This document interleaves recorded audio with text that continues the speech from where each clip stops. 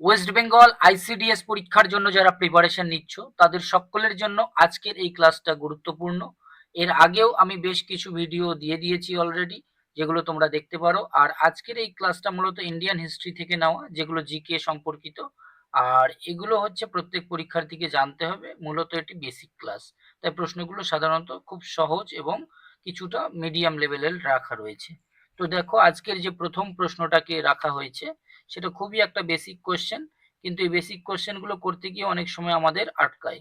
তো আজকে প্রথম প্রশ্নটা এখানে বলা রয়েছে, who is called father of history, অর্থাৎ ইতিহাসের জনক কাকে বলা হয়।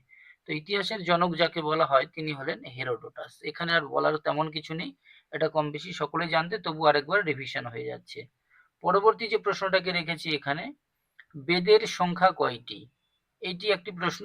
পরবর্তী প্রশ্ন, বেদের সংখ্যা কয়টি? প্রথমে এখানে অপশন বলা রয়েছে 4টি, এরপর রয়েছে 6টি, 8টি, তারপর রয়েছে 3টি। তো জানিয়ে রাখি, বেদের সংখ্যা হচ্ছে 4টি। তাহলে আমাদের মূলত 4টি বেদ: ঋগ্বেদ, সামবেদ, যজুর্বেদ এবং অথর্ববেদ।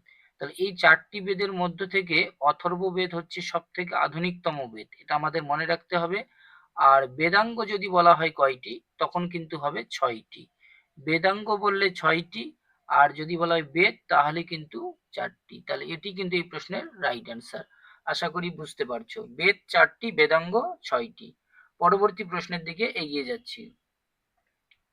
পরবর্তী যে প্রশ্নটা রাখা হয়েছে এখানে, সবচেয়ে প্রাচীন ও প্রধান বেদ কোনটি? তাহলে আমরা এক্ষুনি জানলাম যে বেদ মূলত 4টি রয়েছে: ঋগ্বেদ, সামবেদ, যজুর্বেদ এবং অথর্ববেদ। এর মধ্য থেকে সবচেয়ে প্রাচীন যে বেদটা এবং প্রধান যে বেদ, সেটার নাম আমাদের বলতে হবে। তো সবচেয়ে প্রাচীন এবং প্রধান বেদ যেটা, সেটা হচ্ছে ঋগ্বেদ। আর এই ঋগ্বেদেই কিন্তু গায়ত্রী মন্ত্রের কথা উল্লেখ রয়েছে। এর হচ্ছে মনে রাখতে হবে থার্ড যে মন্ডল রয়েছে সেইখানে মোট যে এখানে 1028টা রাইমস রয়েছে, 1028। তো এই 1028-এর মধ্যে যে থার্ড মন্ডল রয়েছে, তৃতীয় মন্ডল, সেখানেই কিন্তু এই গায়ত্রী মন্ত্রের কথা বলা রয়েছে। এবং এর যে নবম মন্ডল রয়েছে সেইখানে কিন্তু আমাদের যে সোমা, অর্থাৎ যে প্ল্যান্টের দেবী, তার কথা কিন্তু বলা রয়েছে। আর অথর্ববেদ হচ্ছে, এখানে আমাদের মনে রাখতে হবে, এটা জাদু মন্ত্রের সংকলন। আর সামবেদ হচ্ছে সব থেকে পুরনো সঙ্গীতের বই, অর্থাৎ এখানে সঙ্গীতের ব্যাপারে বলা রয়েছে। ঋগ্বেদ হচ্ছে সব থেকে প্রাচীনতম বেদ, আর যজুর্বেদ মূলত রিচুয়ালস নিয়ে আলোচনা করা হয়েছে এবং বিভিন্ন ধর্মীয় নিয়ম কানুন ব্যাপারে। এই ছিল টোটাল 4টি বেদের বিষয়ে সামান্য ব্যাখ্যা। তারপরে দেখো, এরপরে আসছি যেটা, এরপরে এখানে প্রশ্নে বলা রয়েছে, সত্যমেব জয়তে, এটা একটা বিখ্যাত উক্তি। এই উক্তিটি কোন উপনিষদ থেকে নেওয়া হয়েছে? তাহলে অনেক উপনিষদ রয়েছে, তার মধ্য থেকে এটা নেওয়া হয়েছে মুন্ডক উপনিষদ থেকে, এটা আমাদের এখানে মনে রাখতে হবে। পরবর্তী যে প্রশ্নটাকে রেখেছি, মহাভারত যে রয়েছে, এই মহাভারতের পুরাতন নামটা কি? তাহলে মহাভারতের পুরনো নাম আমাদের এখানে বলতে হবে। প্রথমে এখানে রয়েছে জয় সংহিতা, তারপর রয়েছে আদিকাব্য, বেদান্ত উপনিষদ, এরপর রয়েছে রজমনামা। তো এই 4টি অপশনের মধ্যে যেটা কারেক্ট অ্যান্সার, মহাভারতের যে পুরনো নাম সেটা হচ্ছে জয় সংহিতা। এটি কিন্তু এই প্রশ্নের সঠিক অ্যান্সার। আর রজমনামাটা কি না, রজমনামা হচ্ছে মহাভারতের যদি ফার্সি অনুবাদ বলা হয় তাহলে কিন্তু রজমনামা, এটা হচ্ছে মহাভারতের ফার্সি অনুবাদকে রজমনামা বলা হয়। পরবর্তী প্রশ্নের দিকে এগিয়ে যাব। পরের যে প্রশ্নটা রয়েছে, পুরাণের সংখ্যা কয়টি? তো একটু আগে আমি যখন বেদ আলোচনা করছিলাম তখন পুরাণের কথা আমি বলেছি। তো বেদ মূলত 4টি, আমরা সকলেই জানি। আর এরপরে পুরাণের সংখ্যা জানতে চাওয়া হচ্ছে, সেটা হচ্ছে 6টি, 10টি না 18টি। তো এখানে মনে রাখতে হবে, পুরাণ মূলত রয়েছে যেটা, সেটা হচ্ছে 18টি, আর বেদান্ত যেটা রয়েছে সেটা হচ্ছে 6টি। তো এই প্রশ্নের যেটা রাইট অ্যান্সার সেটি হচ্ছে 18টি। পরবর্তী প্রশ্নের দিকে এগিয়ে যাচ্ছি। কোন চীনা পরিব্রাজক হর্ষবর্ধনের সময় ভারতবর্ষে এসেছিলেন? তাহলে হর্ষবর্ধনের সময় কোন চীনা পরিব্রাজক মানে ট্রাভেলার ভারতবর্ষে এসেছিলেন? অপশনগুলো এক নজর দেখে নাও। এখানে বলা রয়েছে হিউয়েন সাং, মেগাস্থেনিস, ইৎসিং, সুয়ানজাং। তো আমরা ভালো করে জানি যে হিউয়েন সাং হর্ষবর্ধনের সময়কালে ভারতবর্ষে এসেছিলেন। পরবর্তী প্রশ্ন যেটা রয়েছে এখানে, সিন্ধু সভ্যতার সর্বমান্য সময়কাল কোনটি? তাহলে সিন্ধু সভ্যতার যে সময়কাল যেটা সর্বমান্য, সেটা কোনটা, কোনটাকে মানা হবে? তো প্রথম এ নাম্বার অপশানে দেখতে পাচ্ছ রয়েছে এখানে 1500 থেকে 1000 খ্রিস্টপূর্বাব্দ। তাহলে এই যে 1500 থেকে 1000 খ্রিস্টপূর্বাব্দ এটা হবে না, এটা হচ্ছে বৈদিক যুগ অর্থাৎ আদি বৈদিক যুগের সময়কাল। এরপরে রয়েছে 1000 থেকে 500 খ্রিস্টপূর্বাব্দ, এরপর হচ্ছে 500 থেকে 300 খ্রিস্টপূর্বাব্দ, তারপর হচ্ছে 2500 থেকে 1750 খ্রিস্টপূর্বাব্দ। তো অপশন ডি কিন্তু এই প্রশ্নের সঠিক অ্যান্সার। 2500 থেকে 1750 খ্রিস্টপূর্বাব্দ হচ্ছে সর্বমান্য সময়কাল সিন্ধু সভ্যতার জন্য। এরপরে 9 নম্বর যে প্রশ্নটাকে রাখা হয়েছে মহেঞ্জোদারো। তাহলে আমরা সিন্ধু সভ্যতা, মহেঞ্জোদারো সভ্যতা, মেহেরগড় সভ্যতা এগুলো ভালোভাবে পড়েছি অ্যানসিয়েন্ট হিস্ট্রিতে। তো এই অ্যানসিয়েন্ট হিস্ট্রির একটা গুরুত্বপূর্ণ সভ্যতা রয়েছে মহেঞ্জোদারো সভ্যতা, মেহেরগড় সভ্যতা, সিন্ধু সভ্যতা। মানে এখানে আমাদের বলতে হবে এই যে মহেঞ্জোদারো, এই মহেঞ্জোদারো শব্দের অর্থ কি। প্রথম অপশানে বলা রয়েছে মাটির পাত্র, এরপরে বিতে রয়েছে ধূসর পাত্র, সিতে রয়েছে মৃতের স্তূপ, আর ডিতে রয়েছে শহরের উঁচু এলাকা। তো মহেঞ্জোদারো শব্দের যেটা অর্থ সেটা হচ্ছে মৃতের স্তূপ। এটি কিন্তু এই প্রশ্নের সঠিক অ্যান্সার। আর এখানে একটা যে অপশান রাখা হয়েছে শহরের উঁচু এলাকা, তাহলে শহরের উঁচু এলাকা বলতে সিটাডেলকে বোঝানো হতো। মানে শহরের যে সমস্ত এলাকাগুলো রয়েছে সেগুলো দুটো পার্টে অংশ ছিল। একটা হচ্ছে উঁচু এলাকা যেগুলোকে বলা হয় সিটাডেল, আর নিচু যে এলাকা সেটা হচ্ছে সমতল ভাগ, সেখানে চাকর শস্য গবাদি পশু থাকতো, আর উপরের এলাকায় শাসক শ্রেণীর মানুষরা বসবাস করতেন। পরবর্তী প্রশ্ন যেটা রেখেছি দেখো এরপরে, বৌদ্ধ ধর্মের প্রতিষ্ঠাতা কে ছিলেন? খুব বেসিক প্রশ্ন এগুলো, তবে জানার কিন্তু দরকার আছে। বৌদ্ধ ধর্মের প্রতিষ্ঠাতা কে? প্রথম অপশন যেটা রয়েছে এ নাম্বারে মহাপ্রজাপতি গৌতমী, এরপর রয়েছে গৌতম বুদ্ধ, আলার কালাম, ঋষভদেব। তো মহাপ্রজাপতি গৌতমীর সঙ্গে গৌতম বুদ্ধর কি সম্পর্ক রয়েছে, যদি কেউ জেনে থাকো অবশ্যই জানাবে। এরপরে বলা রয়েছে তাহলে এই প্রশ্নের যেটা রাইট অ্যান্সার সেটা হচ্ছে গৌতম বুদ্ধ হবে, বৌদ্ধ ধর্মের প্রতিষ্ঠাতা গৌতম বুদ্ধ। আলার কালাম কে? না, আলার কালাম হচ্ছে গৌতম বুদ্ধের শিক্ষক। এরপর ঋষভদেব কে? না, ঋষভদেব হচ্ছে যে আমাদের জৈন ধর্ম রয়েছে, জৈন ধর্মের প্রথম তীর্থঙ্কর অর্থাৎ ধর্মের প্রচারক। তীর্থঙ্কর কথার মানে হলো ধর্মের প্রচারক। এই ঋষভদেব হলেন জৈন ধর্মের প্রথম তীর্থঙ্কর। তাহলে প্রত্যেকটা অপশন আশা রাখছি বুঝতে পারছো। এরপরে যে প্রশ্নটা রয়েছে 11 দাগে দেখো, 11 দাগে যে প্রশ্নটাকে রেখেছি, গৌতম বুদ্ধের প্রথম উপদেশের ঘটনাকে কি বলে? তাহলে সবার প্রথমে আমাদের জানতে হবে বৌদ্ধ ধর্মের প্রবর্তক ছিলেন গৌতম বুদ্ধ, আর গৌতম বুদ্ধ তার যে প্রথম ধর্মীয় উপদেশটা দিয়েছিলেন সেটা হচ্ছে কোথায় দিয়েছিলেন? না, সারনাথে দিয়েছিলেন। তো গৌতম বুদ্ধ তার প্রথম যে উপদেশ দিয়েছিলেন সারনাথে, এই ঘটনাটাকে কি বলা হয়? তো প্রথম অপশনে রয়েছে ধর্মচক্র পরিবর্তন, এরপর রয়েছে মহাভিনিষ্ক্রমণ, এরপর রয়েছে নির্বাণ, এরপর রয়েছে মহাপরিনির্বাণ। তো এখানে প্রত্যেকটা ওয়ার্ড আমাদের খুব ভালোভাবে বুঝতে হবে। নির্বাণ কথার মানে হচ্ছে জ্ঞান লাভ করা, অর্থাৎ তিনি বোধগয়া মানে বোধগয়াতে তিনি নির্বাণ লাভ করেছিলেন। মহাপরিনির্বাণ মানে তার মারা যাওয়া। মহাভিনিষ্ক্রমণ মানে গৃহত্যাগ।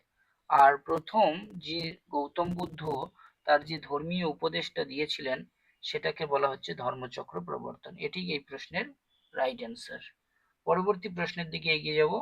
এরপরে যেটা রয়েছে, জৈন ধর্মের 24তম ও শেষ তীর্থঙ্কর কে ছিলেন?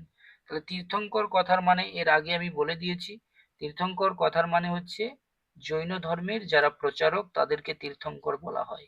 তো এই জৈন ধর্মের মোট তীর্থঙ্কর 24 জন ছিল, তার মধ্যে শেষতম তীর্থঙ্করের নাম কি সেটা আমাদের এখানে বলতে হবে। তো শেষতম তীর্থঙ্করের নাম হচ্ছে মহাবীর। এটি এই প্রশ্নের সঠিক অ্যান্সার। আর প্রথম তীর্থঙ্কর হচ্ছে ঋষভদেব, আর 23তম তীর্থঙ্কর হচ্ছে পার্শ্বনাথ। ব্যাস এটুকু আমাদের মনে রাখার এখানে দরকার রয়েছে। নেক্সট যে প্রশ্নটা রয়েছে, মৌর্য বংশের প্রতিষ্ঠাতা কে ছিলেন? প্রথম অপশনে বলা রয়েছে মৌর্য সম্রাট অশোক, এরপর যে বিন্দুসার, তারপরে চন্দ্রগুপ্ত মৌর্য, এরপরে যে দ্বিতীয় চন্দ্রগুপ্ত। তো মৌর্য বংশের প্রতিষ্ঠাতা যিনি ছিলেন তিনি হলেন, এখানে আমাদের মনে রাখতে হবে চন্দ্রগুপ্ত মৌর্য। তো এই চন্দ্রগুপ্ত মৌর্যই কিন্তু মৌর্য বংশের প্রতিষ্ঠাতা ছিলেন। আর চন্দ্রগুপ্ত মৌর্যের পুত্রের নাম ছিল বিন্দুসার, আর বিন্দুসারের পুত্রের নাম হলো অশোক। আর বিন্দুসার অমিত্রাঘাত উপাধি ধারণ করেছিলেন, এটা আমাদের মনে রাখার বিষয়। বিন্দুসার কি উপাধি ধারণ করেন? না, অমিত্রাঘাত উপাধি ধারণ করেছিলেন। আর সম্রাট অশোক তার কলিঙ্গ যুদ্ধে ভীষণভাবে ব্যথিত হয়েছিলেন, আর ব্যথিত হয়ে তিনি উপগুপ্তের কাছ থেকে বৌদ্ধ ধর্মে দীক্ষা নিয়েছিলেন। এটা এখানে মনে রাখার একটা বিষয় রয়েছে। আর অশোকের যে শিলালিপি, এই অশোকের শিলালিপি প্রথম পাঠোদ্ধার করেছিলেন জেমস প্রিন্সেপ। পরবর্তী প্রশ্নের দিকে এগোবো। এরপরে যে প্রশ্নটা রয়েছে, সম্রাট অশোক কত সালে কলিঙ্গ যুদ্ধ করেছিলেন? তাহলে কলিঙ্গ যুদ্ধের যে হত্যালীলা, এটা সম্রাট অশোককে ভীষণভাবে ব্যথিত করেছিল। কিন্তু এখানে আমাদের প্রশ্ন রয়েছে, সম্রাট অশোক কত সালে কলিঙ্গ যুদ্ধ করেছিলেন? তো প্রথম অপশনটা দেখতে পাচ্ছ 261 খ্রিস্টপূর্বাব্দে রয়েছে, এরপর রয়েছে 273 খ্রিস্টপূর্বাব্দে, এরপর রয়েছে 230 খ্রিস্টপূর্বাব্দে, 297 খ্রিস্টপূর্বাব্দে। তো এই অপশনগুলোর মধ্যে যেটা রাইট অ্যান্সার, সেটা হচ্ছে 261 খ্রিস্টপূর্বাব্দে। এটি এই প্রশ্নের সঠিক অ্যান্সার। এরপর যে প্রশ্নটাকে রেখেছি 15 দাগে, কার নেতৃত্বে আরবরা প্রথম সফলভাবে ভারত আক্রমণ করেছিলেন? আরবরা, প্রথম অপশন বলা হয়েছে সুলতান মাহমুদ, এরপর হচ্ছে বহুলুল লোদি, চেঙ্গিস খান, মোহাম্মদ বিন কাসিম। তো মোহাম্মদ বিন কাসিমের নেতৃত্বে আরবরা প্রথম সফলভাবে ভারত আক্রমণ করেছিলেন। এটি কিন্তু এই প্রশ্নের কারেক্ট অ্যান্সার। এরপরে পরবর্তী যে প্রশ্নটা রয়েছে, সুলতান উপাধি ধারণকারী প্রথম মুসলিম শাসক কে ছিলেন? তো এই প্রশ্নের যেটা রাইট অ্যান্সার হবে সেটি হচ্ছে রাজিয়া। এরপর যে প্রশ্নটা রয়েছে 17 দাগের প্রশ্নটা রয়েছে, সোমনাথ মন্দির, বিখ্যাত যে সোমনাথ মন্দির, এই সোমনাথ মন্দির কত সালে লুণ্ঠন করা হয়েছিল? তো মানে লুণ্ঠন বলতে এখানে আমাদের মনে রাখতে হবে, সুলতান মাহমুদ মোট 17 বার ভারত আক্রমণ করেছিলেন। 1000 থেকে 1027 খ্রিস্টাব্দের মধ্যে মোট 17 বার ভারতবর্ষ আক্রমণ করেছিলেন। তার মধ্যে তার 1025 খ্রিস্টাব্দে যে অ্যাটাকটা তিনি করেছিলেন সেটা হচ্ছে সোমনাথ মন্দির।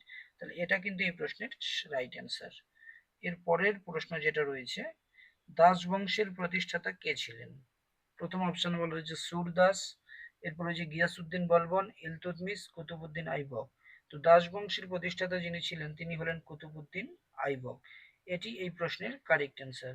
নেক্সট যে প্রশ্নটা রয়েছে, দিল্লির সিংহাসনে বসা প্রথম মহিলা শাসক কে ছিলেন? তো দিল্লির যে সিংহাসনে বসেছিলেন প্রথম মহিলা শাসক, এর আগে এটা একবার হয়তো হয়ে গেছে। তো এই প্রশ্নের রাইট অ্যান্সার হচ্ছে রাজিয়া সুলতান। এটি হচ্ছে এই প্রশ্নের সঠিক অ্যান্সার। এরপর 20 দাগে যে প্রশ্নটাকে রেখেছি, লৌহ ও রক্তনীতি কে গ্রহণ করেছিলেন, মানে রক্ত ও লৌহ নীতি কে গ্রহণ করেছিলেন? প্রথম অপশন বলা হয়েছে মোহাম্মদ বিন তুগলক, এরপর হচ্ছে ইব্রাহিম লোদি, বলবন, আকবর। তো এই প্রশ্নের যেটা রাইট অ্যান্সার হবে, লৌহ ও রক্তনীতি যিনি গ্রহণ করেছিলেন তিনি হলেন গিয়াসুদ্দিন বলবন। এটি এই প্রশ্নের রাইট অ্যান্সার। গিয়াসুদ্দিন বলবন রক্ত এবং লৌহ নীতি গ্রহণ করেছিলেন। এরপর যে প্রশ্নটা রয়েছে এখানে, বাজার দর নিয়ন্ত্রণ ব্যবস্থা কে প্রবর্তন করেন? এই প্রশ্নটা বহুবার বহু পরীক্ষায় এসেছে। মার্কেট কন্ট্রোলিং যে সিস্টেম, এই মার্কেট কন্ট্রোলিং সিস্টেমটা কে প্রথম প্রবর্তন করেছিলেন? তো এই প্রশ্নের যেটা সঠিক অ্যান্সার সেটা হচ্ছে আলাউদ্দিন খলজি। এটাই হচ্ছে এই প্রশ্নের রাইট অ্যান্সার, বাকিগুলো কিন্তু হবে না। আলাউদ্দিন খলজি সর্বপ্রথম মার্কেট কন্ট্রোলিং সিস্টেমটা চালু করেছিলেন। এরপরে দেখো পরবর্তী প্রশ্নের দিকে এগিয়ে যাচ্ছি, ইবন বতুতা কার শাসনকালে ভারতবর্ষে এসেছিলেন? প্রথম অপশন এখানে বলা হয়েছে মোহাম্মদ বিন তুগলক, এরপর হচ্ছে আলাউদ্দিন খলজি। নেক্সট অপশনগুলো দেখে নাও, শাহজাহান, আকবর।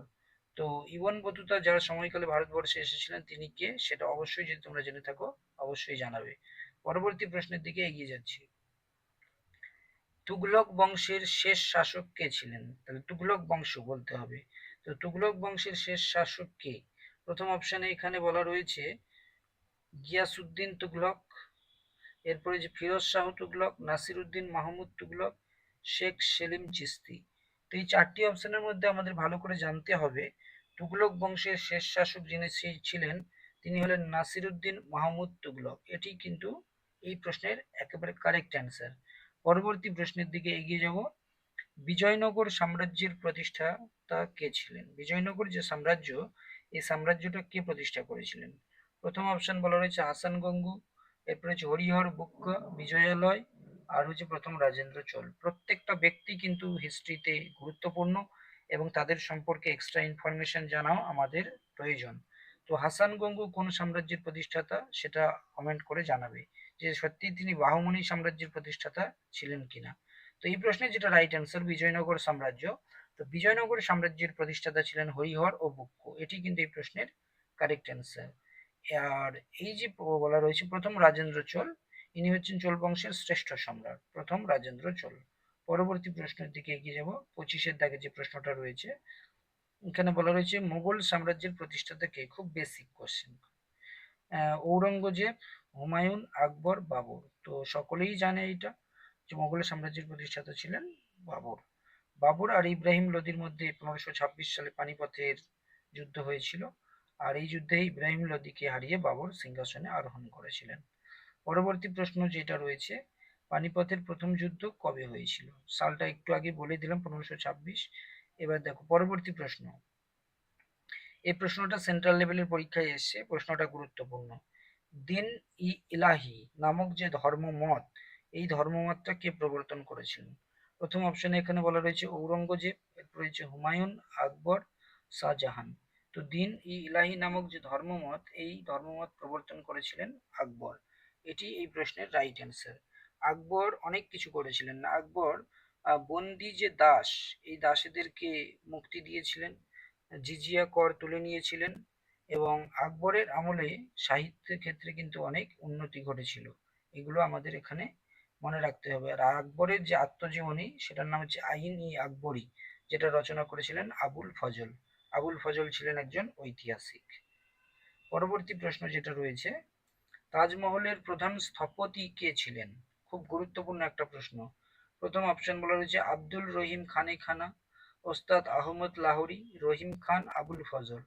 তো তাজমহলের প্রধান স্থপতি কে ছিলেন? না, তাজমহলের প্রধান স্থপতি হচ্ছে ওস্তাদ আহমদ লাহোরী।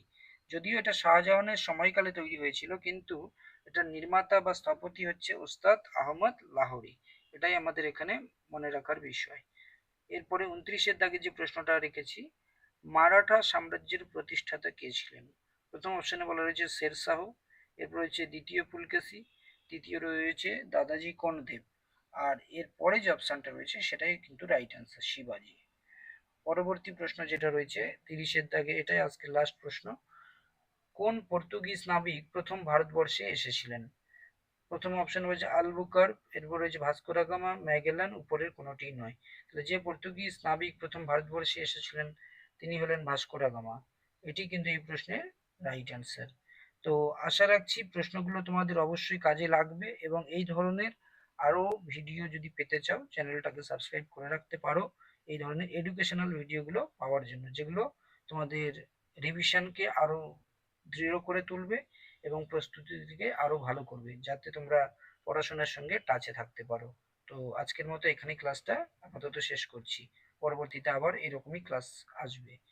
Good bye.